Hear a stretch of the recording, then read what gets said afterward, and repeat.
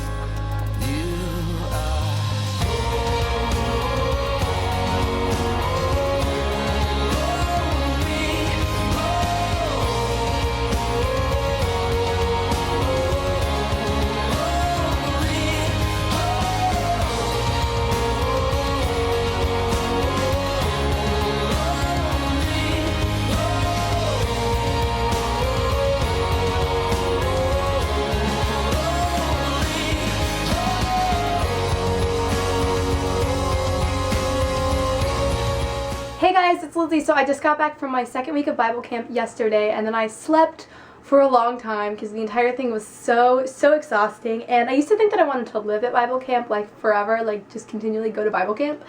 But by about Tuesday of the second week, I wanted to be back home. The first week of camp, teen week, is the most spiritual one. I feel like God really taught me how to die to myself, and pride has been my problem since before I was born. One of the keynotes or like sermons they had, the guy said, if you don't remember anything else from this lesson, remember that you are nothing. And when I first heard that, I was like, okay, no, I have significance, I have value, I'm talented, I am generally like a good person, I have value, I'm not nothing. But later, the next day when I was having my quiet time with God, I was praying, and I kind of finally like admitted that compared to God, I am nothing. And I cried because dying to yourself is painful, at least for me it is. And then we had this girls' night where we like had a stone. And I don't know if you guys know that Bible story where they were about to stone a woman for committing adultery, and then Jesus was like, okay, whoever is without sin, you can cast the first stone.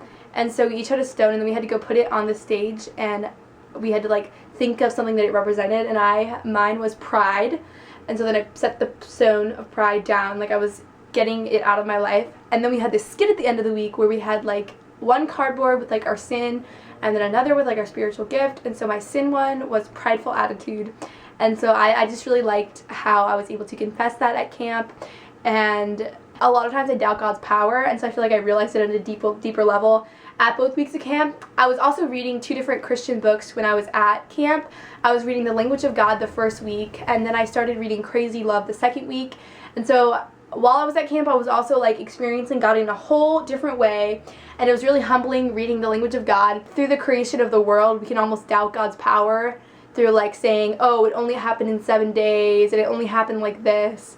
And so it was really cool like reading about how just how like the Bible and science go together. That was really awesome. The first week was really about how we're living in this world, but we're really citizens of heaven. It's so difficult to live in this world and not be completely consumed by everything that this world has to offer. And there's a really cool Bible verse I read in 1 John, and I really thought it connected, and it was 1 John 2:15-17. It says, don't love the world's ways. Don't love the world's goods. Love of the world squeezes out love for the Father. Practically everything that goes on in the world, wanting your own way, wanting everything for yourself, wanting to appear important, has nothing to do with the Father. It just isolates you from Him. The world and all its wanting is on the way out. But whoever does what God wants is set for eternity. And then my favorite thing was that the first night of the second week of camp, it was completely connected to what God had been teaching me in the first week of camp about like dying to myself. And they shared this story from Matthew about this pearl. Matthew 13:45-46. God's kingdom is like a jewel merchant on the hunt for excellent pearls. finding one that is flawless, he immediately sells everything and buys it. And so God's comparing the kingdom of heaven to a beautiful, beautiful pearl. And so it's like we've been given everything we ever need, and so we need to be completely like stop focusing on worldly things and just completely focus on God. And one of the things that the guy who was speaking, Joel, who is kind of amazing, anyways, he was saying that don't let the world steal away your pearl, because like apathy and materialism can steal away God from us, and that made me become way more possessive of my faith. Like I don't want people stealing away my faith. And then he was like, what is your life worth? Nothing. Your life is worthless. That's why dying to yourself is the obvious choice. You're giving up your nothing existence to become alive in this eternal beauty. So many people are hanging on to their worthless lives. Inside, you're broken. And so why are you hanging on to this like worthless, meaningless life so much when you have this completely eternal, beautiful, perfect life in heaven that is just like obviously the better option? Another thing that I learned at camp was that I need to be praying a lot more because I have a terrible prayer life. And so I am changing that, and I prayed a lot at camp, and I started this thing where every Saturday I am like writing down 7 things throughout the week and then just like praying for an hour about them. And then the second week of camp, we also learned this thing called like where we just like sit in silence. And it was kind of weird because they were like saying like God is going to talk to you in the silence, and God was not like speaking through my thoughts or whatever. But I just really liked the idea of being silent, because I feel like almost before you like go before God, if you're going to pray for a long time, you kind of need to get everything like out and just like relax. I don't know how to explain it, but one of the youth ministers said it was kind of like the Sabbath, how that used to be like a day of rest for the Jews. I just really thought it was so cool to just sit in silence for 20 minutes, and like sometimes I would like sing song lyrics in my head, but I did that this Saturday, and I'm definitely going to be doing that in the future every Saturday, just like doing silence before I pray. And it's really awesome. And at first it was really awkward, but everyone at the end really liked it. So this is a quick little tour of the cabin that I stayed in, and my cabin was called Greasin', and it is the coolest cabin ever because it has like a kitchen in the back and a whole like empty room in the back where we can dance or have a Bible study. We did have a dance party there the last night of the second week, which was kind of crazy. This is a little tour of my campground, and if you want to see the whole clip, you can click right there and go to my vlog channel and watch it. So at Teen Week, we did the zip line, and we have the longest zip line in Florida at CFBC. You guys should be pretty impressed that I was able to go on this because I'm terrified of heights, and you have to go to a pretty high up platform before you can jump down. So it was really awesome though. Oh, and then one of the things I forgot to talk about was Cornerstone, which if you're Church of Christ, you might have heard of it. It's the a cappella group from Faulkner that is composed of 4 guys, and they do a concert. And last year, one of the guys came over and sat next to me and like put his arm around me and serenaded me, and then brought me up to the stage and sung to me. Which was so sweet. And this year it happened again, and it was the same guy, I'm pretty sure. So I don't know how I'm so lucky that I get serenaded twice in a row, but it was really, really sweet. And another thing at Teen Week was we did the college student counselors did these skits, and we would like have a campfire, then walk to the next campfire, and we'd like see different skits and like sing in each one. And one of the skits, Jesus was standing like that, like in the shape of the cross. And so she would say a sin and then walk past Jesus and slap him. So it'd be like, oh, I just gossiped about so-and-so. And then she walks up to Jesus and just slaps him really hard. And then she says, I just used your name in vain.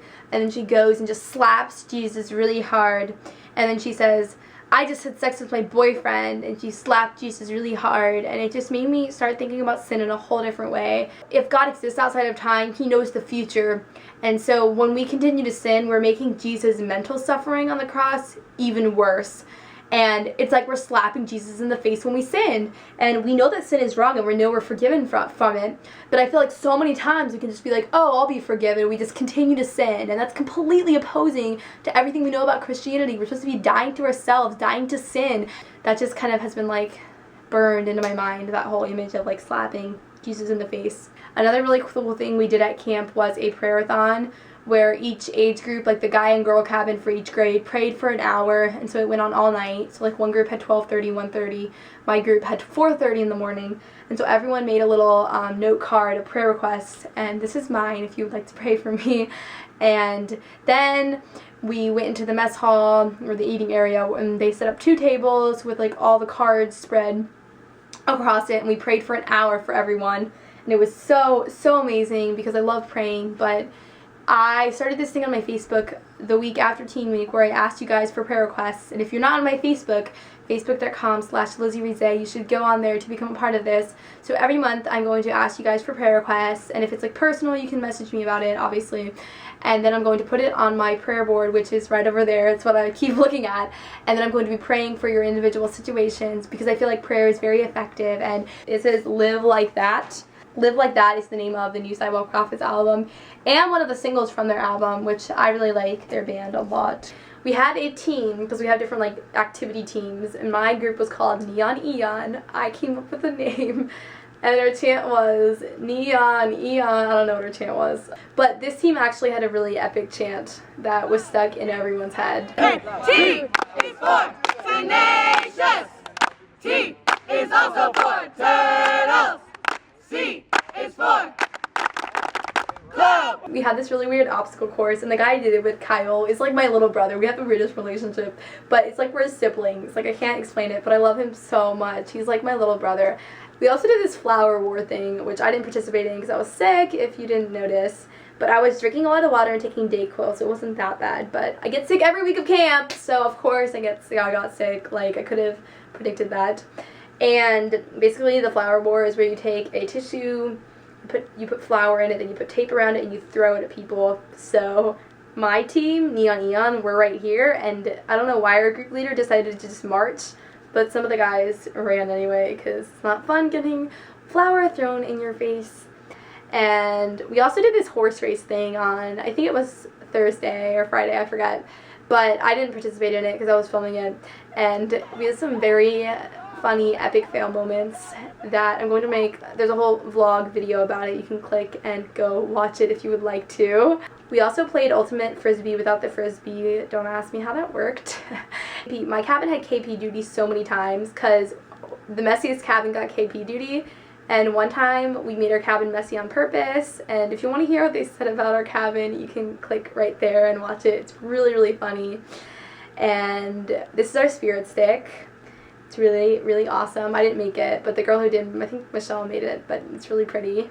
So we have this night at the second week of camp called Wacky Tacky Night where you dress completely ridiculously. I dressed in animal print, and then we did this What Makes You Beautiful dance, and we got 5 different guys to be One Direction, and then we danced to What Makes You Beautiful, and it was really awesome. If you want to see more clips, go to my Million Voices 13 channel for Devo clips, and my LizziesAnswers channel for random clips of camp. So I will see you guys soon, and I love you. Bye!